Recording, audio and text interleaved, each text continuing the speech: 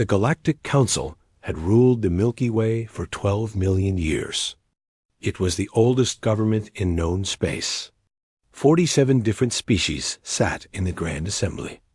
They met on a massive station that floated near the giant black hole at the center of the galaxy. From there, they made laws, settled fights between planets, and kept the peace. The Council was proud of what they had built. There had been no major war in over 100,000 years.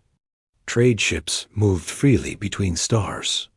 Billions of beings lived their lives without fear of invasion or destruction.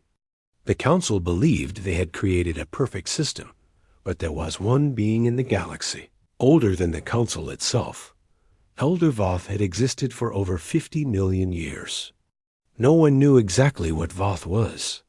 Some said Voth had been a normal creature once, long ago. Others believed Voth was something that had always existed, a leftover from the birth of the universe. What everyone knew was that Voth appeared as a floating crystal, roughly the size of a small ship. The crystal glowed with a soft blue light and spoke directly into the minds of those nearby. Voth rarely attended council meetings. Decades would pass without a single word from the ancient being. When Voth did speak, the council listened. Voth had seen civilizations rise and fall. Voth had watched species evolve from simple animals to space travelers. Voth had witnessed the last extinction, war that had nearly destroyed all life in the galaxy dot. So when the topic of Earth came before the council, no one expected Voth to care. High Chancellor Morik stood at the center of the assembly hall. Morik was an insectoid creature with a hard shell and 6 limbs. He led the Collective, one of the most powerful groups in the Council. The Collective controlled over 2,000 worlds and had the largest fleet in the galaxy. Morik wanted something simple. 3 hyperspace lanes passed through the solar system where Earth was located. These lanes would cut travel time between collective worlds by half. The problem was that humans controlled those lanes, and humans had refused to sell access. The humans were newcomers to galactic society. They had only discovered faster than light travel 40 years ago. Their ships were slow and poorly armed. Their population was tiny compared to the great powers. They had no telepathy, no natural armor, no poison glands, no claws. They were soft creatures made mostly of water. They died easily from temperature changes, radiation, and disease. Morik saw no reason to negotiate with such weak beings. He presented his plan to the council. A small fleet would travel to Earth. They would demonstrate collective power. The humans would see they had no chance and would agree to give up the lanes. It was simple.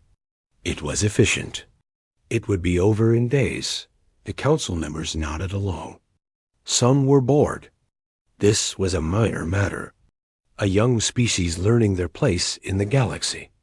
It happened all the time. Then the chamber filled with blue light. Elder Voth had not spoken in 300 years. Now the ancient crystal floated forward, its light pulsing with each word that appeared in the minds of every being present. Never attack Earth. The words hung in the silence. Council members looked at each other in confusion. Some actually laughed. The representative from the hive made a clicking sound that meant amusement. Even Morik's mandibles spread in what passed for a smile among his kind. With respect, Elder, Morik said, the humans are primitives. They pose no threat to anyone. Never attack Earth, Voth repeated. Never threaten them. Never corner them. Do not take their territory. Do not harm their people. Leave the humans alone. The laughter died slowly. Voth was not known for jokes. The ancient being had not survived 50 million years by being foolish. Ambassador Trell, a tall being covered in feathers, spoke up. Elder Voth, surely you do not fear these creatures? They have nothing. Their weapons cannot penetrate even basic shields. Their ships can barely reach light speed. What could they possibly do against the collective? Voth's crystal form flickered with colors that the translators could not interpret. When the elder spoke again, the words seemed heavier somehow. I have watched humans for 10,000 of their years. I watched them when they lived in caves and hunted with sharpened rocks. I watched them tame fire and learn to grow food. I watched them spread across their world, fighting each other every step of the way. I watched them split the atom and walk on their moon. The chamber was completely silent now. Humans are not like us, Voth continued. They do not think like us. They do not surrender when they are beaten. They do not accept when they have lost. They hold on to anger for generations. They pass hatred from parent to child, and they never, ever forgive an attack on their home. High Chancellor Morik was not impressed. He had conquered species before. All beings surrendered eventually when faced with overwhelming force. It was simple logic. Fight and die, or submit and live. Elder, Morik said, I understand your concern. But the collective has the finest military in the galaxy. We have crushed rebellions on 100 worlds. These humans will see our power, and they will kneel. It is how the galaxy works. Voth was silent for a long moment. The blue light dimmed until the crystal was barely visible. I have warned you, Voth said finally. I have done what I can. If you proceed with this action, you will learn the truth about humans. But by then, it will be too late. They will not stop until they have taken everything from you. And when you beg for mercy, they will remember that you showed none. The crystal began to drift away from the assembly floor. You think you understand war, Voth said. You do not. Humans invented war. They have been perfecting it since before your species existed. What you call conquest, they call a starting point. What you call cruelty, they call Tuesday. With that, Elder Voth left the chamber. The council sat in uncomfortable silence for a few minutes. Then someone made a joke about the old crystal finally losing its mind. Nervous laughter spread through the hall. One by one, the representatives convinced themselves that Voth was simply wrong. The ancient being had grown paranoid over the millions of years. The vote was called. 41 species voted to authorize the operation against Earth. 6 voted against. Not because they believed Voth, but because they thought it was a waste of resources. The motion passed easily. High Chancellor Morik left the chamber feeling satisfied. In a few weeks, the humans would submit. The hyperspace lanes would belong to the collective. And everyone would forget that Elder Voth had ever issued a warning. None of them could know that they had just voted for their own destruction. None of them could imagine that within 2 years, the collective would be begging for peace and humanity would be burning a path across the stars. None of them understood that some warnings should be taken very, very seriously. Admiral Kim Do-yun stood on the bridge of the Hansan, Earth's largest warship. He was 63 years old with gray hair and eyes that had seen too much. He had fought in the Mars Rebellion when colonies demanded independence. He had commanded ships during the Jupiter Station crisis when terrorists tried to crash a moon into Earth. He had buried friends, signed death letters to families, and carried the weight of command for over 30 years when 12 collective warships appeared in Earth's sky. He did not panic. The ships came out of hyperspace with no warning. One moment the sky was clear. The next moment, massive vessels blocked out the sun over 6 continents. Each ship was larger than anything humans had ever built. Their hulls were covered in weapons that human scientists could not even identify. Collective broadcast their demands on every frequency. The message was simple. Earth would surrender control of the 3 hyperspace lanes. Earth would accept collective oversight of its government. Earth would provide workers for collective mining operations. If Earth refused, there would be consequences. The United Earth government asked for time to consider. They needed to consult with their people, they said. They needed to discuss the terms. They were stalling, hoping to find a way out. The collective did not wait out above the city of Seoul. A collective ship turned its weapons on an orbital hospital. The Seoul Medical Station had over 2,000 patients. Doctors and nurses from 50 countries worked there. Children with cancer received treatment. Elderly patients recovered from surgery. Pregnant women waited to give birth. The collective ship fired once. The station broke apart in seconds. Bodies fell through the sky like rain. On the ground below, people watched in horror as debris burned through the atmosphere. Pieces of the station crashed into the ocean, into mountains, into cities. The death toll would eventually reach 12,000 when surface impacts were counted. The message was clear. Submit or die. Admiral Kim received the news on his bridge.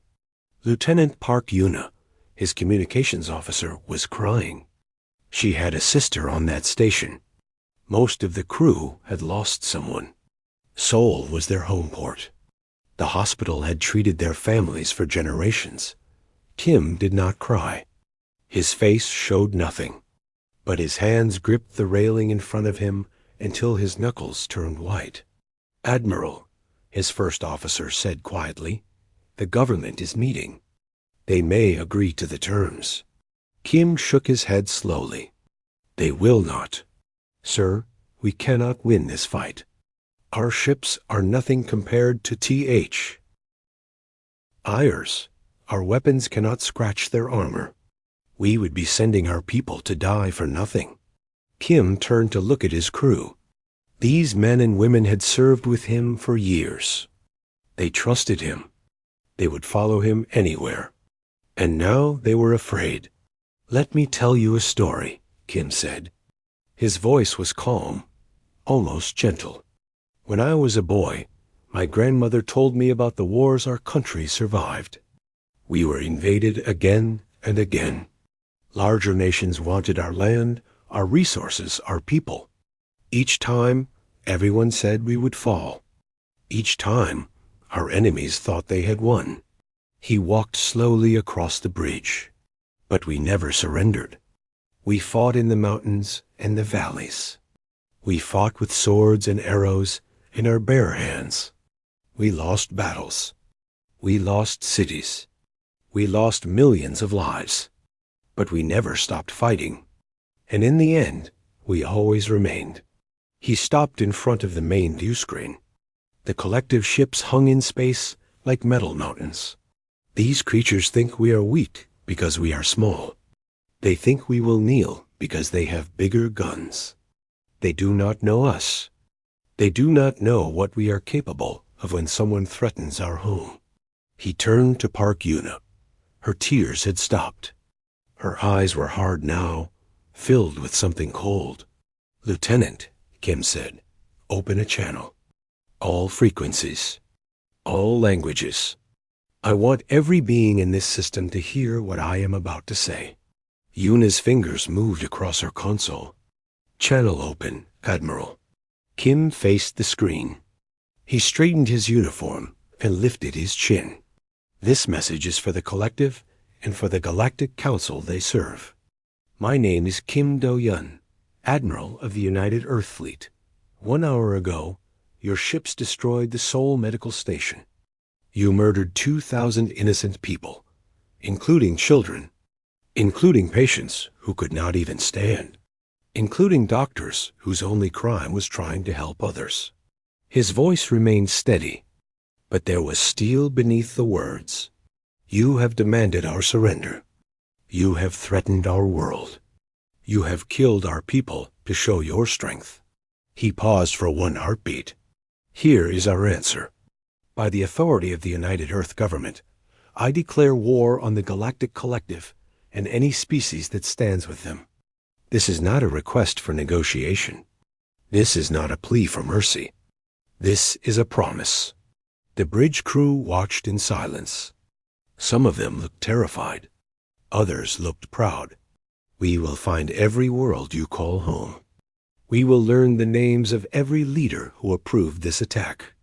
We will hunt you across this galaxy for as long as it takes. There will be no peace until you have answered for what you did today. Every life you took from us, we will take 100 from you. Every tear our families cry, your families will cry 1,000. He leaned forward slightly. You think you understand war? You do not. War is what we are. War is what made us. You just woke up the one species in this galaxy that has spent its entire history learning how to kill. And now we are going to teach you everything we learned. He made a cutting motion with his hand. Transmission complete, Admiral. Una said. Silence filled the bridge. Then the first officer spoke.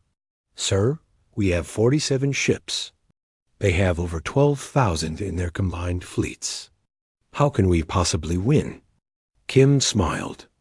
It was not a pleasant expression. We do not have to win, he said. We just have to make them pay such a terrible price that they will beg us to stop. The collective attacked us because they thought it would be easy.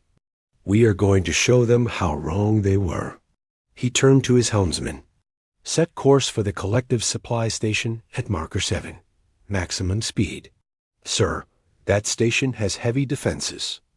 We cannot destroy it. We are not going to destroy it, Kim said. We are going to board it, kill everyone inside, download their tactical data, and then blow the reactor. By the time the collective responds, we will be gone. And they will know that nowhere is safe. The Hansen turned toward the stars. Behind them, Earth was morning. Ahead of them, the galaxy waited. The war had begun. The collective expected Earth to surrender within a week. Their analysts had run the numbers 1,000 times. Human ships were slow. Human weapons were weak. Human soldiers had no natural defenses. The math was simple. Earth would fight for a few days, lose badly, and then beg for peace. 6 months later, the collective was losing. No one could understand how. On paper, humans should have been crushed. They had fewer ships, worse technology, and no allies. Every battle should have ended in human defeat, but humans did not fight battles. They fought something else entirely.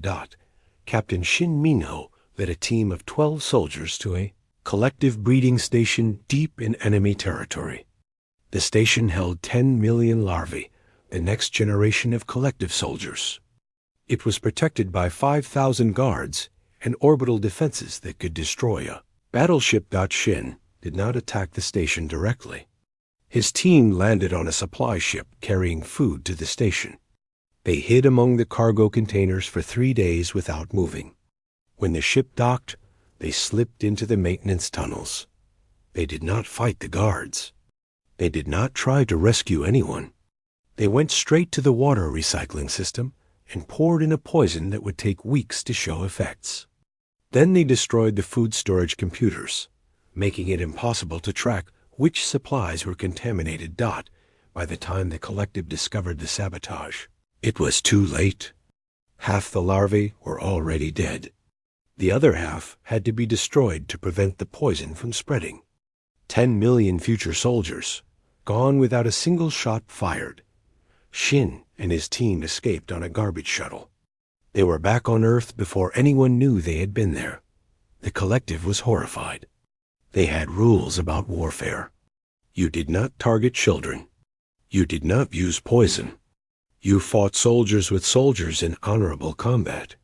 What the humans had done was monstrous, but it was only the beginning. Pilot officer Behana flew a small fighter in the Third Battle of Vega. Her squadron was outnumbered 20-1. Her ship was damaged in the first exchange. Her weapons were offline. Her engines were failing.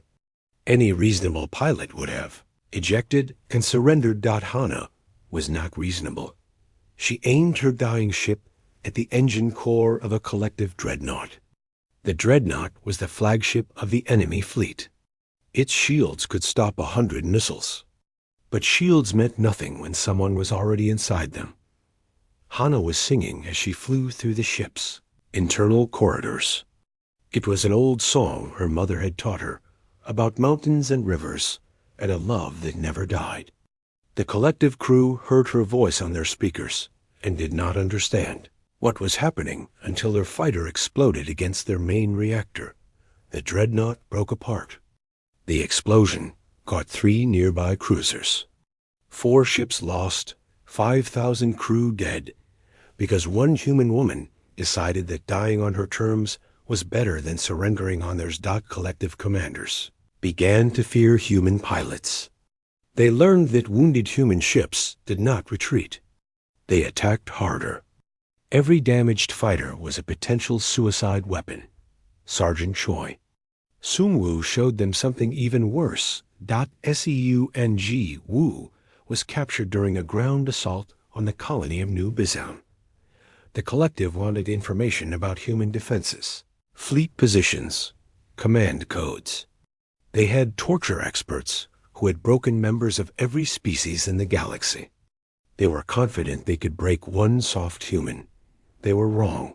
For 17 days, they hurt Sung-woo in ways that would have killed most beings. He did not talk. He did not scream. He looked at his torturers with empty eyes and said nothing. What the collective did not know was that Sung-woo had a transmitter hidden in his tooth. Every moment of his capture, he was broadcasting his location to human ships. He was bait. He knew he would die. He did not care. On the 18th day, human special forces arrived. They found 40 dead collective guards, killed by booby traps Sung-woo had set during brief moments when he was left alone. They found Sung-woo seated at a computer console, his dead hand still on the controls. He had activated the station's self-destruct sequence with his last breath. He had written one message on the screen before he died. It said, "I told them nothing." The collective sent assassins after human leaders. Fleet Admiral Park Ji-woo was their primary target. She commanded all human forces and was the architect of their defense strategy. Kill her, and the humans would fall apart. The assassins failed.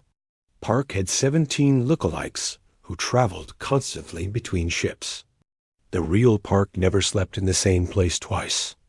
Her schedule changed every hour. Human paranoia, developed over centuries of internal warfare, made their leaders almost impossible to target. So the humans sent assassins of their own. They did not target collective leaders. That would be too obvious. Instead, they killed the families of collective commanders. They poisoned the food of collective diplomats. They uploaded viruses into collective entertainment systems that showed images of dead larvae over and over. The message was simple. You are not safe. Your families are not safe. Nowhere is safe. High Chancellor Morik complained to the Council. They fight without honor, he said. They target civilians. They use psychological warfare. They break every rule of civilized combat. Elder Voth appeared for the first time since the war began. The ancient crystal floated at the edge of the chamber, its light dim and flickering. I warned you, Voth said. Humans did not become the dominant species of their world by being gentle. They hunted animals larger than buildings until everyone was dead. They burned forests to drive out prey. They waged war on each other for 10,000 years, developing new ways to kill with every generation. Morik's mandibles clicked in frustration. They are supposed to surrender. They cannot win. They do not care about winning, Voth replied. They care about making you suffer. They care about revenge. They care about sending a message to anyone else who might threaten them. Surrender is not in their nature. It has been bred out of them by millennia of conflict. Then what do we do? Voth's light flickered in something that might have been sadness. You pray that they offer peace before they reach your homeworld. Because I have seen what humans do to those who hurt their children. And what you did to that hospital orbiting soul. They will never forget. They will never forgive. And they will never stop until you have paid 1,000 times over. The council sat in terrified silence. Above their heads, hidden in the shadows, a human spy recorded everything. The information would be on Admiral Kim's desk within a day. The war was far from over. 2 years into the war, every prediction had failed. Human ships should have been destroyed. Human colonies should have been conquered. Human soldiers should have surrendered. The collective had more ships, better weapons, and millions more troops. By every measure that mattered, they should have won easily. Instead, they were losing. General Lee Yunji had changed everything. She was a small woman with short gray hair and a voice that never rose above a whisper. She had spent her career studying wars that humans had fought against themselves. She knew every battle, every strategy, every trick that humans had used over thousands of years. She knew that the weak did not defeat the strong by fighting fair. Her doctrine was called total asymmetric response. It was based on one simple truth. Humans could not match the collective in direct combat.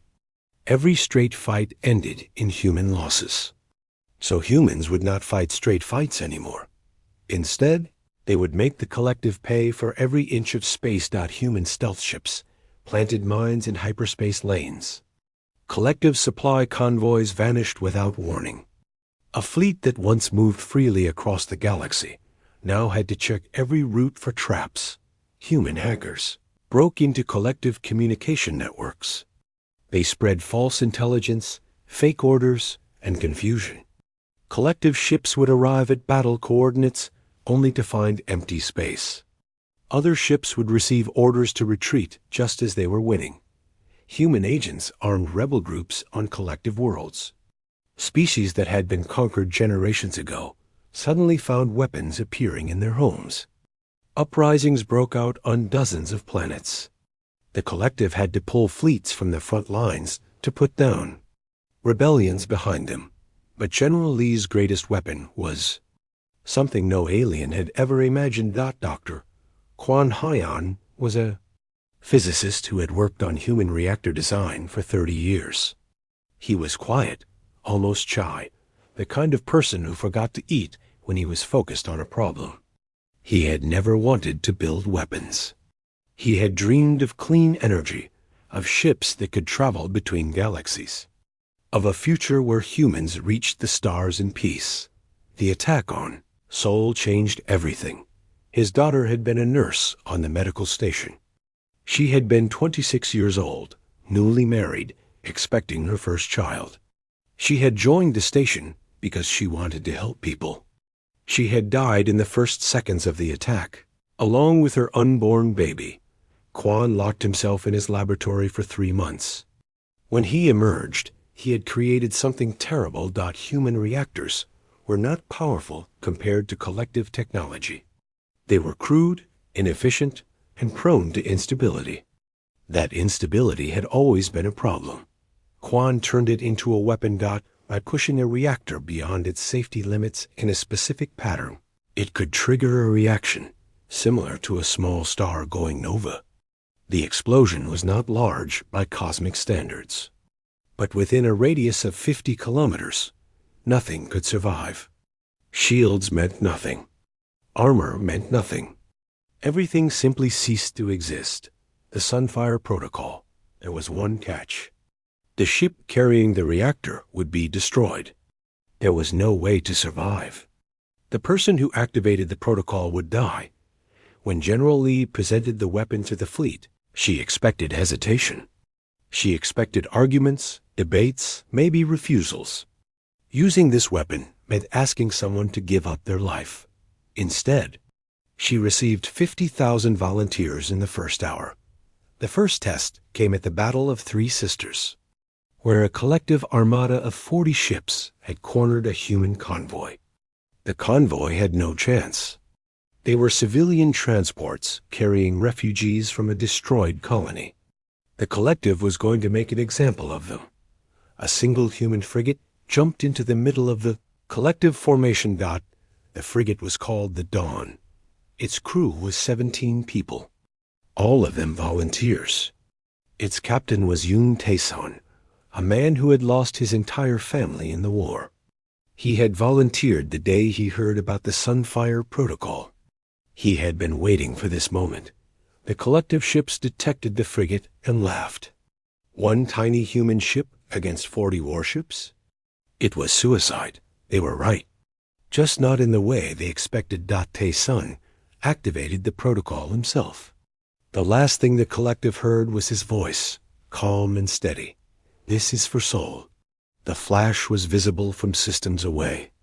When it faded, 17 collective ships were gone. 20 more were crippled. The refugees escaped. The collective high command was stunned. "How many of these weapons do they have?" Morik demanded. His intelligence chief could not meet his eyes. "We do not know, High Chancellor. Our analysts believe they can build as many as they need. And the volunteers? They have waiting lists. Humans are competing for the honor of dying this way." Morik's mandibles trembled. He had never felt fear like this. The collective had conquered species that fought to the death. But those species had fought because they had no choice. These humans chose to die. They wanted to die as long as they could take collective ships with them. "This is insane," he said. "No rational species sacrifices itself like this." "They do not consider it sacrifice," his chief said. "They consider it duty. Their records show they have been doing this for their entire history. Soldiers throw themselves on explosive devices to save companions. Pilots crash vehicles into enemy positions. Parents die to protect children. They see it as honorable. The collective had always believed that the fear of death would make any species surrender eventually. Threaten them enough, kill enough of them, and they would give up. But how do you threaten beings who are not afraid to die? How do you defeat an enemy that turns every death into a weapon? General Lee watched the reports come in from Three Sisters. 17 volunteers dead. 17 collective ships destroyed. More importantly, the collective was afraid now. Their fleet movements were becoming cautious. They were pulling back from aggressive positions. Her aide brought her tea. The same blend she had drunk every day for 40 years. "General," he said carefully, "some of the council species are reaching out, privately. They want to know if peace is possible." Lee sipped her tea. Her face showed nothing. "Tell them that peace was possible 2 years ago, before they killed 12,000 people in Seoul, before they bombed our colonies, before they tortured our soldiers. And now?" She set down her cup. "Now they learn what happens when you attack Earth. We did not start this war, but we will finish it.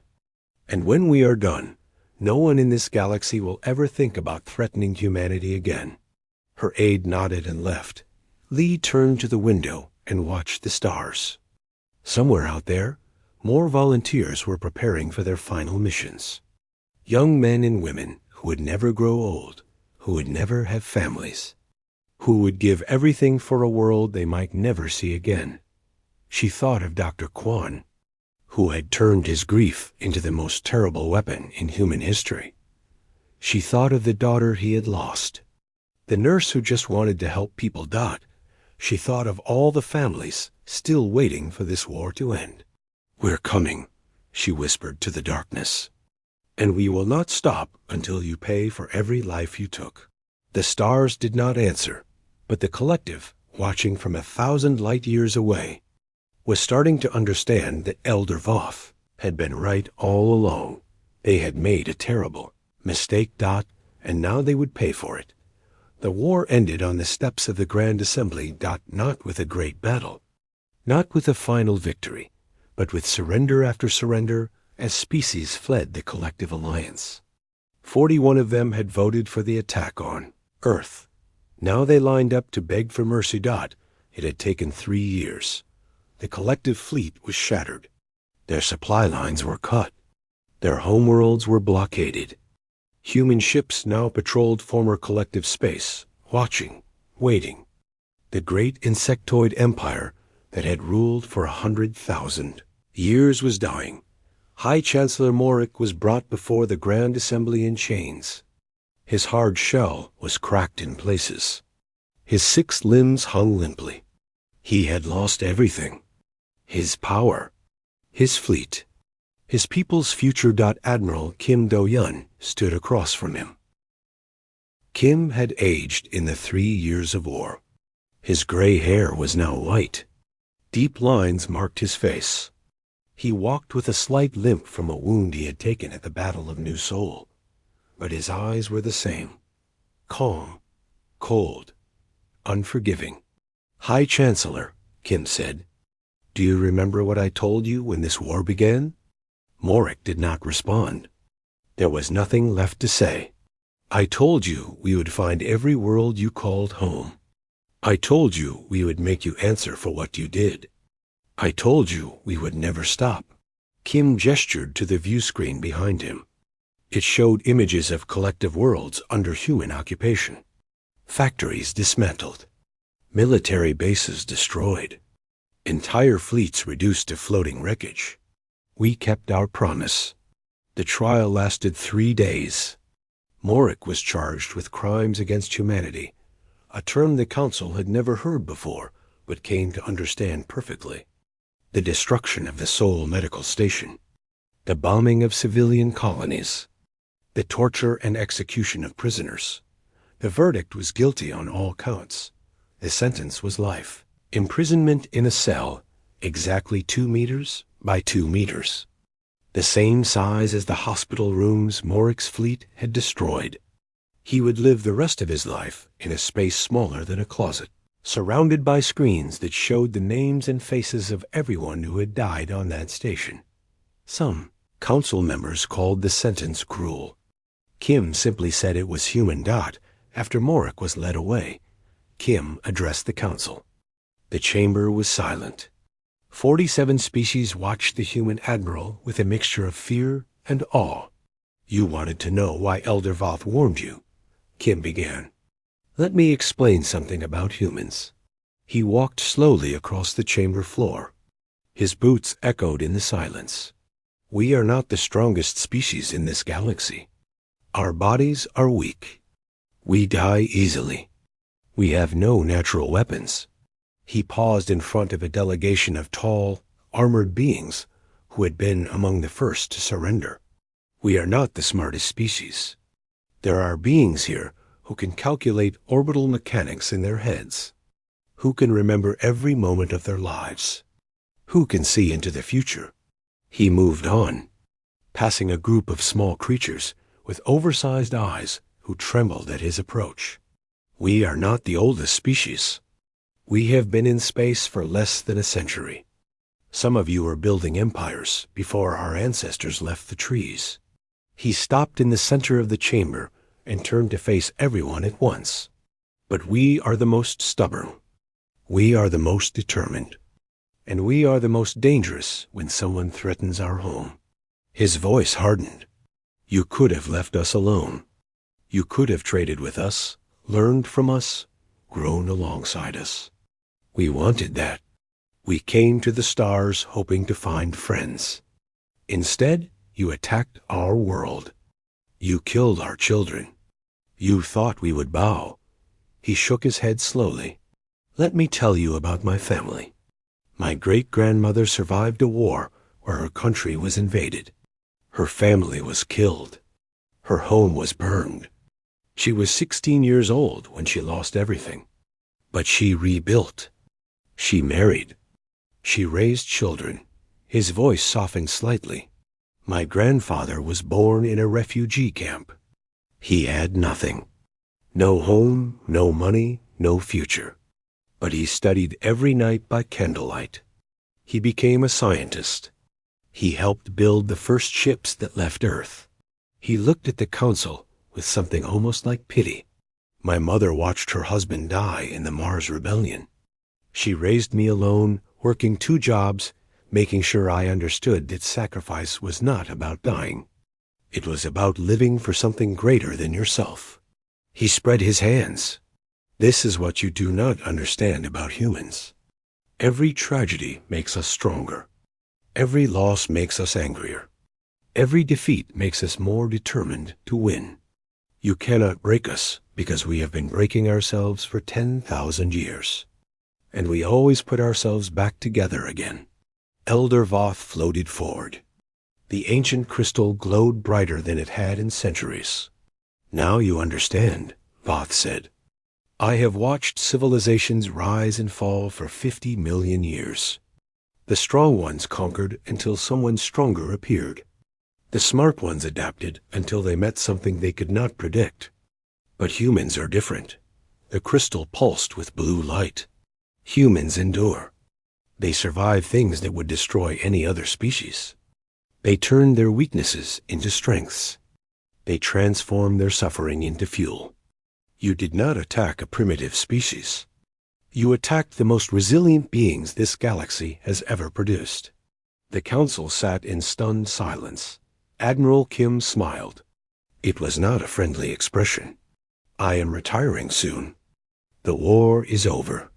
The collective is defeated. But I want to make something very clear before I go. He looked at each delegation in turn, making sure they understood. We did not enjoy this war. We did not want it. Every death, on both sides, was a tragedy. But we will not apologize for defending ourselves. We will not apologize for being what we are. He walked toward the exit, then stopped at the door. The next time someone in this council thinks about attacking Earth, remember what we did. Remember the Sunfire Protocol. Remember the 50,000 volunteers. Remember that we came from a world where everything tried to kill us, and we killed it right back. His voice dropped to almost a whisper. We are humanity. We have been to hell and survived. And if you make us go back there, we will make sure you come with us. He left without another word. The Council ratified the Treaty of Earth unanimously. Humanity received full membership in the galactic community. They were granted control of their territory, seats on every major committee, and a permanent voice in galactic affairs. But more importantly, a new inscription was carved on the wall of the Grand Assembly. It was written in 47 languages, placed where every delegate would see it every day. Never attack Earth. 50 years later, Admiral Kim's granddaughter served as Earth's first ambassador to the Council. Her name was Kim Nari, and she was known throughout the galaxy for her patience, her wisdom, and her kind smile. But sometimes, late at night, she would walk the halls of the station alone.